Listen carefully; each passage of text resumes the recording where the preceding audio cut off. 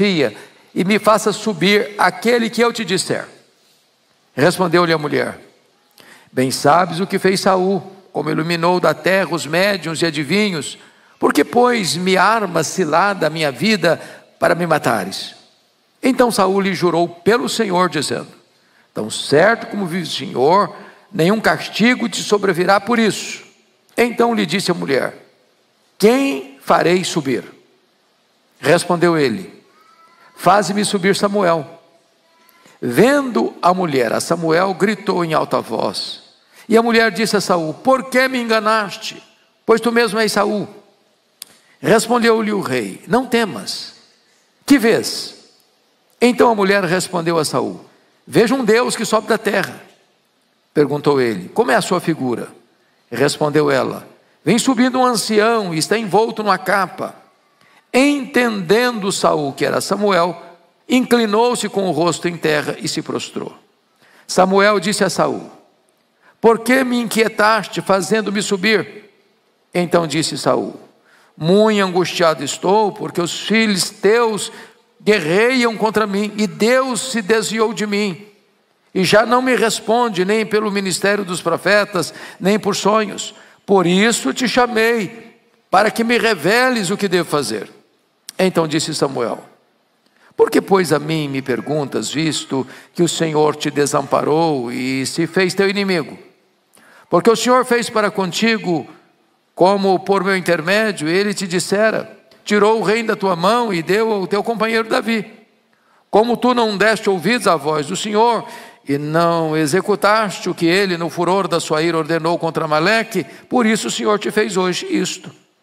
O Senhor entregará também a Israel contigo nas mãos dos filisteus, e amanhã tu e teus filhos estareis comigo, e o acampamento de Israel o Senhor entregará nas mãos dos filisteus. De súbito caiu Saul estendido por terra e foi tomado de grande medo por causa das palavras de Samuel. E faltavam-lhe as forças, porque não comera pão todo aquele dia e toda aquela noite. Aproximou-se de Saul a mulher e, vendo-o assaz perturbado, disse-lhe: eis que a tua serva deu ouvido à tua voz, e arriscando a minha vida atendi às palavras que me falaste. Agora, pois, ouve também tu as palavras da tua serva, e permite que eu ponha um bocado de pão diante de ti, come, para que tenhas forças e te ponhas a caminho. Porém ele recusou e disse: não comerei. Mas os seus servos e a mulher o constrangeram, e atendeu, levantou-se do chão e se assentou no leito. Até aqui. Bom, eu quero hoje, irmãos, tratar de um assunto polêmico, que à luz desse texto não tem consenso no meio evangélico, protestante, mas um assunto assaz importante para que tenhamos clareza, mormente nos dias em que vivemos. O Dr. Mark Bubeck escreveu um livro na década de 90, chamado Reavivamento Satânico. E ele escreveu esse livro na realidade americana, mas também retratando a questão do Brasil por uma onda mística que percorreu o Brasil e ainda percorre até hoje, com Paulo Coelho, políticos, cantores, artistas, numa corrida atrás de búzios, de tarôs, de cristais, de médiuns, consultando esse mundo espiritual. E sobretudo na questão da necromancia. Necromancia é uma palavra técnica que significa consultar os mortos. Como se houvesse uma conectividade entre os que já morreram e os que estão vivos. Como se os que estão vivos pudessem consultar os que já morreram para receber deles alguma orientação ou alguma mensagem do além. O que a Bíblia proíbe peremptoriamente. A Bíblia não abre espaço, nem credibiliza a questão dos vivos consultar os mortos. Deus proíbe isso. Isso é um engano, isso é um engodo. Está lá em Deuteronômio 18, 9 a 14, Isaías 8, 19 e 20. Mormente, esta é a alma dessa ideia espiritualista. É isso que alimenta essa ideia espiritualista. Por exemplo, morre um filho, morre um pai, morre uma mãe, morre alguém querido, parente achegado. E as pessoas querem saber como é que ela está. Se ela está bem, se ela está passando alguma luta, algum sofrimento, se ela tem alguma mensagem de lá para cá. E é nesse contexto que tantas pessoas são apanhadas e enredadas nesta malha, nesta rede perigosa. Por que Saul caiu nessa malha? O que levou Saul a consultar uma necromante, a uma médium? O que estava acontecendo na vida desse rei que levou-o a essa posição? Primeiramente, nós percebemos que Saul havia abandonado a Deus. Versículo 6 do texto lido: consultou Saul ao Senhor, porém o Senhor não lhe respondeu, nem por sonhos, nem por Urim, nem por profetas. Esse homem, esse rei, rejeitou a Deus, rejeitou a Deus, rejeitou a Deus, rejeitou a Deus de diversas formas, de diversas maneiras, em diversas ocasiões. Chegou a hora que Deus disse para ele: agora eu não vou falar mais com você, nem por profetas, nem por sonhos, nem por Urim, nem por Tumim. É um homem que está aí debaixo desta pressão. Segundo, ele tinha dado mais valor à voz do povo que à voz de Deus. Quando Samuel diz: olha, espera eu chegar. E ele esperou. E como não tinha chegado na hora que ele pensou que tinha que ter chegado, ele tomou a iniciativa de fazer o sacrifício. E logo chegou Samuel e o reprovou por isso. Depois Deus o mandou eliminar os amalequitas, e ele poupou o rei, poupou os rebanhos, numa obediência parcial, que é a desobediência total. Depois ele foi tomado por um ciúme mortal de Davi, e passa 10 anos do seu governo perseguindo Davi para matá-lo. E agora, no auge do seu desespero, numa guerra que se desenha diante dele contra os filisteus, e ao ver o exército filisteu mais fortalecido que o seu exército, diz a Bíblia que ele teve medo, e ele muito estremeceu o seu coração. É diante desse cenário de abalo emocional, de abalo espiritual, de falta de estratégia e força militar para enfrentar o inimigo que já está armado para atacá-lo, é que ele então resolve buscar uma médium, consultar uma médium. O problema é que ele tem consciência de duas coisas. Primeiro, que ele é um homem contraditório. Por que contraditório? Confira comigo, versículo 3 do texto lido: Saul havia desterrado os médiuns e os adivinhos. Deus tinha expulso os médiuns e os adivinhos da sua terra, e agora ele mesmo está indo consultar esses médiuns que ele havia expulsado de Israel. Então, um cara contraditório. Segundo, ele tinha plena consciência que consultar os mortos era uma prática proibida por Deus na lei de Moisés, peremptoriamente proibida. Então, ao consultar uma médium, ele sabia que estava numa rota de colisão com a vontade de Deus, e ele estava contradizendo a si mesmo. Como é que estava esse camarada para que a consulta aos mortos pudesse levá-lo a esse caminho de sugestionamento? Primeiramente, ele estava vivendo uma profunda falência espiritual, porque Deus não falava mais com ele. E eu vou lhes dizer que não tem crise maior na vida de um ser humano que Deus chegar ao ponto de dizer: agora eu vou entregar você a você mesmo. É isso que aconteceu com ele. É isso que Paulo demonstra lá em Romanos capítulo 1. Deus chega para o camarada que está desobedecendo reiteradamente a palavra de Deus. Deus diz: então agora faça o que você quiser, colhe o que você plantou, experimente o que você deseja. Esse é o risco maior. Segundo, Saul estava no meio de uma crise psicológica avassaladora.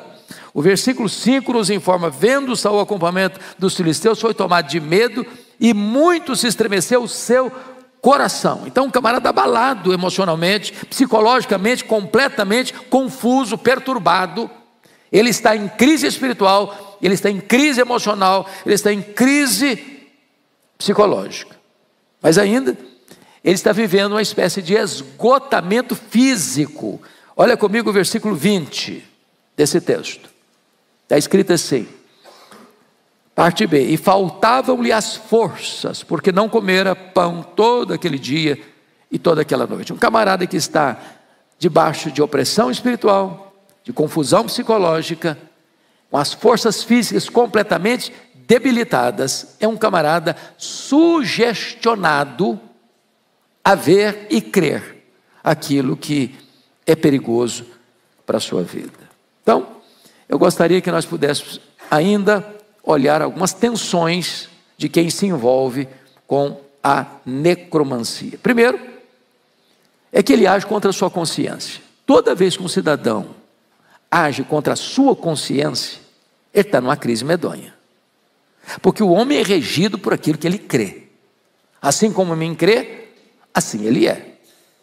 Para ele ter expulsado os médiuns, adivinhos de Israel, é porque ele tinha certeza de que as práticas desses médiuns não era compatível com a palavra de Deus, com a verdade de Deus, que ele no começo professava. Então é um cidadão que está vivendo uma própria crise de consciência.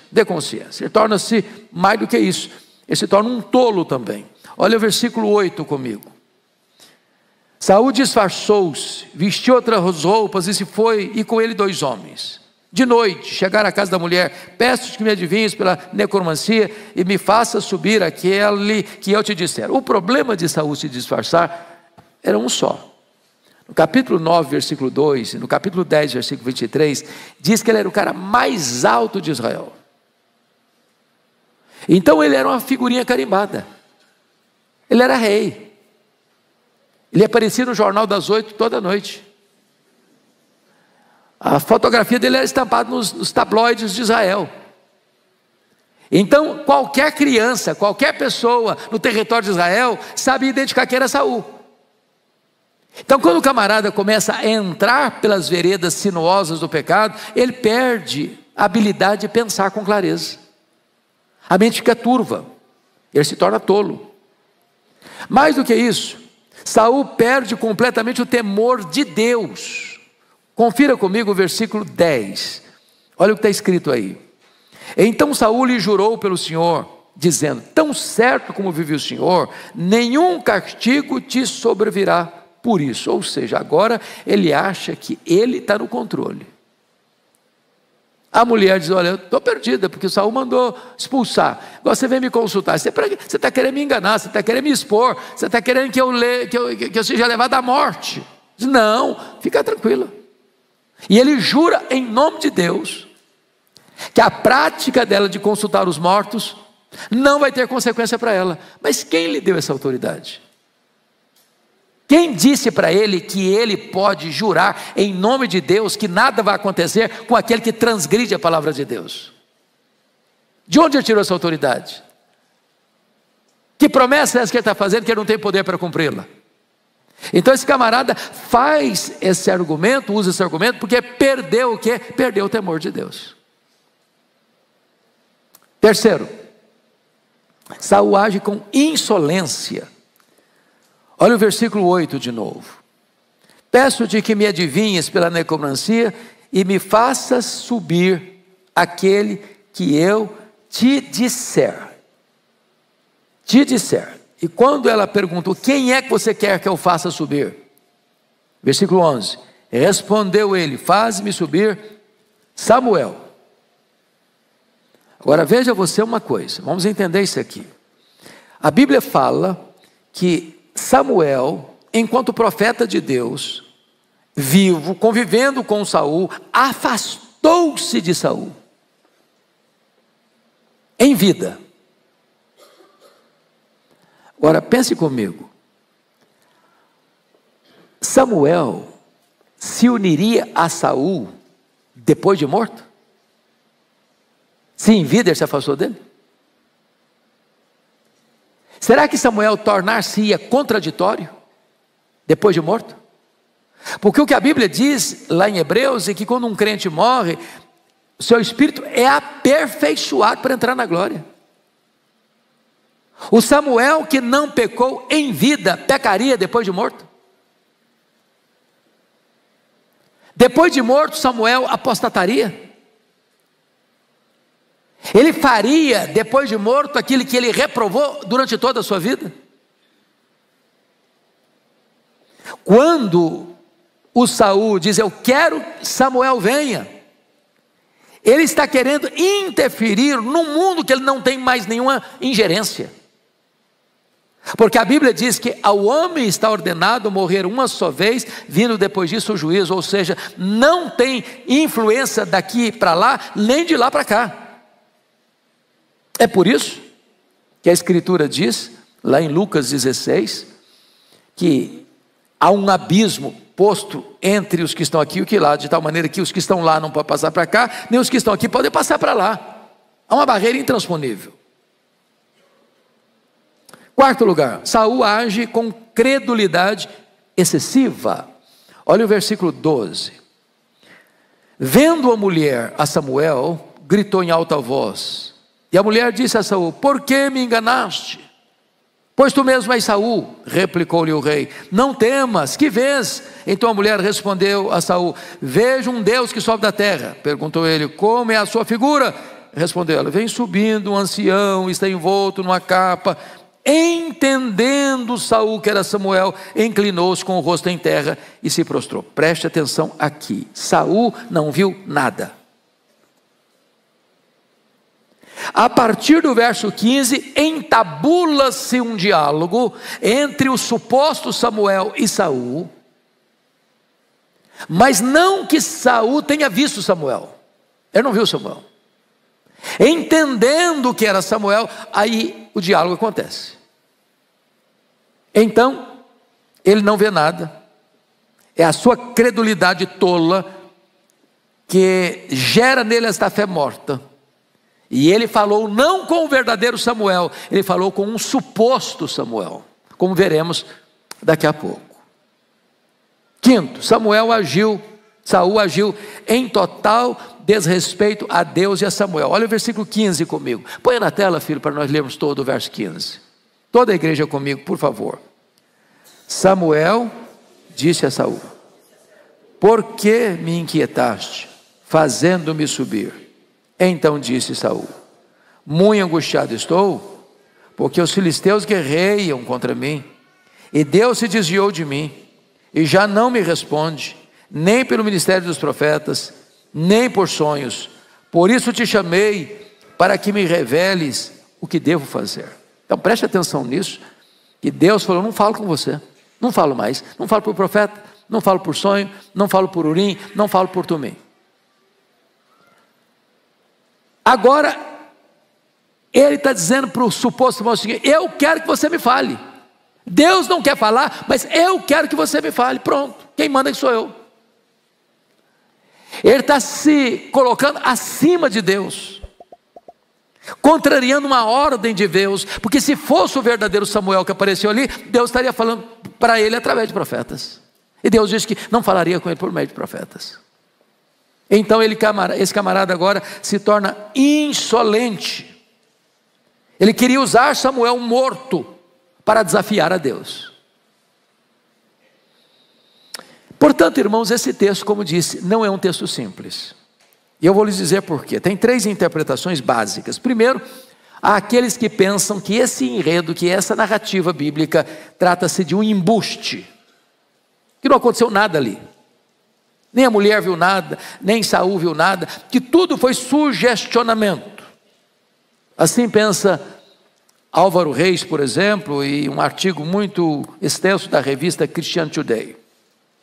Pensa que foi Samuel, e é triste eu imaginar isso, mas é fato, homens de grande envergadura, por exemplo, pensou Justino Mártir, Agostinho de Hipona, Scofield, Antônio Neves Mesquita, Eddie Murphy, Warren Wiersbe, Joyce Baldwin, Russell Norman Champlin, Adam Clarke, pensaram que foi o Samuel mesmo que apareceu ali. Quem imagina, e eu estou na terceira linha, que o que apareceu ali foi um espírito enganador? Assim pensou Jerônimo, assim pensou Tertuliano, assim pensou Martinho Lutero, assim pensou João Calvino e alguns outros.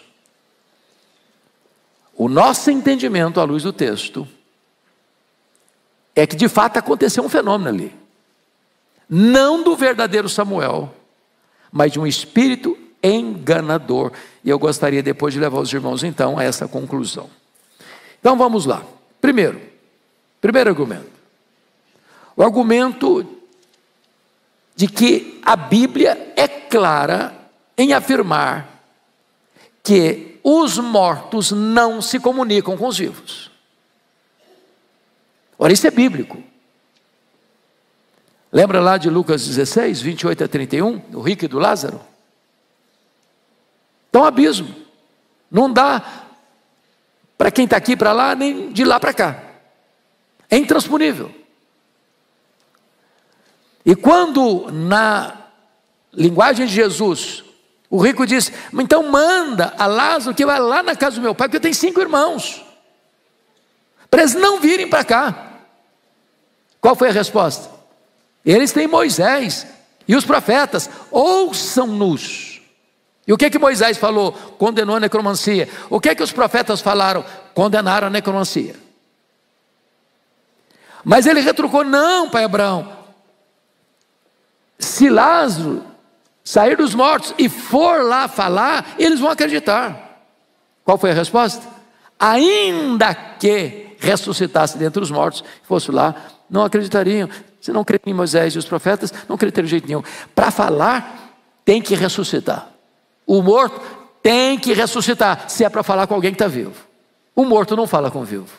Não há comunicação entre mortos e vivos. Isso está claramente posto. Quer um exemplo bíblico? Quando Davi teve aquele filho da Batseba, e a Bíblia diz que o menino nasceu, adoeceu, e Davi se angustiou tanto, e aí quando o menino morreu, qual foi a fala de Davi? Eu irei a ele, mas ele não voltará a mim. O que Davi está dizendo? Um dia eu também vou morrer, eu vou entrar nessa realidade, mas o menino que morreu não vem falar comigo. Não há comunicação entre vivos e mortos. Isso é peremptório na Bíblia. Segundo argumento: o Senhor não respondeu a Saul por meio de profetas. Versículo 6: se Deus não respondeu a Saul por meio de profetas, então não pode ter sido Samuel bíblico que apareceu lá, porque Samuel bíblico era um profeta. Agora, quer ver o que a Bíblia diz? Ponha na tela, por favor, filhos, 1 Crônicas 10, 13 e 14. 1 Crônicas 10, 13 e 14. Toda a igreja lendo comigo, por favor. Vamos juntos? Assim morreu Saul por causa da sua transgressão cometida contra o Senhor, por causa da palavra do Senhor, que ele não guardara, e também porque interrogara e consultara uma necromante, e não ao Senhor, que é por isso o matou e transferiu o reino a Davi, filho de José. Deus o matou, não porque consultou Samuel, porque consultou quem? Uma necromante.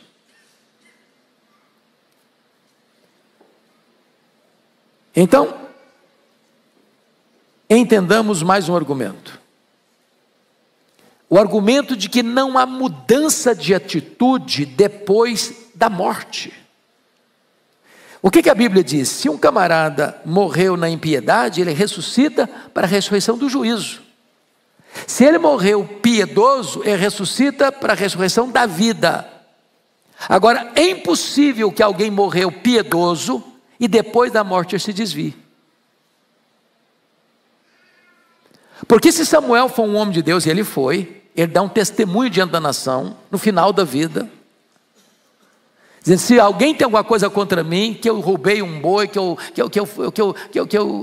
peguei o dinheiro público, que eu enfiei a mão no erário público, que eu fui desonesto, pode me mostrar, eu estou aqui diante da nação. Todo mundo testemunhou que ele era um cara reto, íntegro, honesto, piedoso. Esse camarada pecaria contra Deus depois de morto? Se Deus proibiu a consulta aos mortos, ele teria essa prática? Uma vez que ele viveu uma vida santa, depois da morte ele se desviaria da verdade? Não há qualquer possibilidade que isso tenha ocorrido. Quarto argumento: uma pessoa salva não pode se corromper depois da morte. Isso é óbvio, porque morrer é partir para estar com Cristo, é deixar o corpo e habitar com o Senhor. Então não é possível que alguém que está na glória do Senhor, desfrutando das venturas celestiais, desça dessa glória para fazer o que Deus proíbe.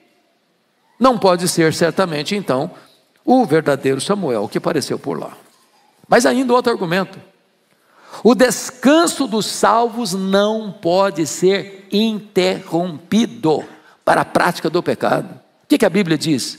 Bem-aventurados aqueles que desde agora morrem no Senhor e descansem das suas fadigas, e as suas obras os acompanham. Como é que o Senhor Deus ia tirar o Samuel do seu descanso e trazê-lo para um centro de mediunidade para cometer uma transgressão de uma ordem expressa de Deus, não consultar os mortos? Mas ainda, sabe o que a Bíblia diz? Que os que praticam a necromancia não serão salvos. Está claramente posto. Deixa eu só ler um texto para vocês, e esse eu acho que é suficiente. Isaías 8, põe na tela, filho, por favor. Isaías 8, 19 e 20. Vamos todos ler esse texto, toda a igreja comigo. Quando vos disserem, consultai os necromantes e os adivinhos, que cheireiam e murmuram, acaso não consultará o povo ao seu Deus? A favor dos vivos se consultarão os mortos, à lei e ao testemunho. Se eles não falarem desta maneira, jamais verão a alva. Está claro, absolutamente claro. É impossível que alguém veja a salvação de Deus se permanecer na prática da necromancia, da consulta aos mortos. Agora, por favor, observe isso. Sétimo argumento: os salvos estão no céu e não no abismo. Preste atenção nisso. O que acontece com um ser humano quando ele morre? O ser humano é composto de quê? De um corpo físico, material, e de uma alma, ou espírito, imaterial. O que é morte física? Morte física é quando a alma se desprende do corpo, porque o corpo é pó, foi feito pó, volta ao pó. O espírito, que não é material, é espiritual, volta para Deus. Então preste atenção no argumento. Se tivesse comunicação com os mortos, quem é que apareceria? É o defunto que foi sepultado, ou é o espírito da pessoa? Porque o corpo que vira cadáver se decompõe na terra. Se decompõe na terra. Então, se tivesse que aparecer, o que apareceria? Seria o corpo ou seria o espírito de Samuel? Bom, teria que ser o espírito dele. Bom, mas outra pergunta: se é o espírito dele, onde estaria o espírito dele? Embaixo ou em cima? Eu pergunto a vocês: onde Jesus está hoje? No túmulo? Ele ressuscitou. Quando ele morreu, o que ele disse para o Pai? Pai, nas tuas mãos entrego o meu espírito. Então notem que a pergunta já retrata que o verdadeiro Samuel não apareceu ali, porque quem você quer que eu faça subir? Ora, se é para subir, porque está lá embaixo, está no abismo. Mas o verdadeiro Samuel não estava no abismo. O verdadeiro Samuel estava lá em cima, estava na glória, estava no céu. Irmãos amados, a Bíblia diz que todos aqueles que já morreram, desde Abel, salvos, já estão reinando com Cristo. E não é no abismo, é no céu. Então vejam vocês que esse aqui não é o verdadeiro, porque olha o versículo 11 comigo. Então lhe disse a mulher: quem te farei subir? Respondeu ele: faz-me subir, Samuel. Teria que ser: quem farei descer? Não é subir. O Samuel verdadeiro não está embaixo, está em cima. Outro argumento, está claro, ele não viu Samuel. Agora eu quero chamar a sua atenção para o verso 15. Quando ele entende que é Samuel, entendendo Saul que era Samuel, Versículo 15, Samuel disse a Saul. A palavra disse aqui do verso 15 é a palavra no hebraico que significa ventríloco. Você já viu o ventríloco?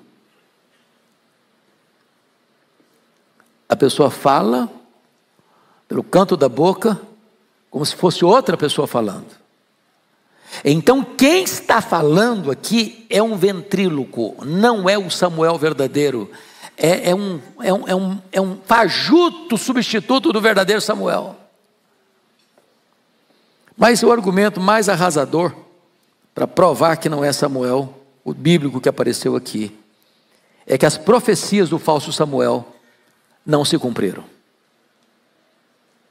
A Bíblia diz que quando um profeta profetiza e o que ele falou não se cumprir, ele é um falso profeta. Ele não é digno de confiança. E o que aconteceu? O que aconteceu? Então vamos ver. Primeiro, a profecia falha quanto ao tempo. Versículo 19. O Senhor entregará também Israel contigo nas mãos dos filisteus, e amanhã tu e teus filhos estareis comigo. O que é amanhã, gente? Bom, se falar amanhã num futuro incerto, todo mundo vai morrer numa manhã. Então, não quer dizer nada. Mas se o amanhã é o dia depois de hoje, e o dia anterior de depois de amanhã, então a profecia não se cumpriu, porque não foi no outro dia que ele morreu. Então falhou quanto ao tempo. Segundo, falhou quanto aos fatos. Versículo 19, está escrito assim: o Senhor entregará também Israel contigo nas mãos dos filisteus. Na verdade, o Saul matou a si mesmo. Ele ceifou a sua própria vida. Então errou quanto aos fatos. Terceiro, falhou em relação às pessoas. Olha o que está escrito no verso 19: amanhã tu e teus filhos estareis comigo. Falhou quanto às pessoas, por quê? Porque naquela batalha contra os filisteus, não morreram todos os filhos de Saul, morreram apenas Jonatas, Abinadab e Malquizua, mas Isbosete, Armone e Mefibosete não morreram. Então errou quanto às pessoas. E finalmente, a profecia do falso Samuel falhou quanto ao lugar para onde foi Saul. Porque o verdadeiro Samuel estava num lugar muito diferente do Saul. Saul morreu na sua impiedade. E certamente não foi para o mesmo lugar do verdadeiro Samuel. Mas acertou ao mesmo tempo. Porque o Saul foi exatamente para o mesmo lugar do falso Samuel. Do Samuel da necromancia. Do Samuel produzido pela feitiçaria. Irmãos amados, o que eu gostaria de dizer a vocês é que nós precisamos nos acautelar, porque esse tipo de crendice prática está instalado hoje nos altos comandos da nação. Esse tipo de crença hoje está instalado em escolas públicas, com dinheiro público, produzindo material didático, com esse viés, quando nenhum viés deveria ser tratado. E nós precisamos nos acautelar, porque esse tipo de pensamento está hoje na grande mídia, nas novelas, nos filmes, até mesmo na arte da diversão infantil, dos grandes parques mundiais. E os pais precisam ficar atentos e apercebidos. Eu estou convencido de que a melhor maneira de olhar para esse texto não é ver apenas um mero embuste, não aconteceu nada. E eu estou convencido de que pensar que foi o verdadeiro Samuel é um equívoco gritante, não obstante ter pessoas de grande envergadura espiritual defendendo essa tese. Eu estou convencido de que o melhor entendimento desse texto é entender que ali sim surgiu um falso Samuel. Um Samuel produzido pela feitiçaria, que deve receber todo o nosso repúdio e a nossa rejeição. Escolhamos a verdade, fiquemos com a verdade, fiquemos com as Escrituras, que Deus nos ilumine o coração e a mente. Amém.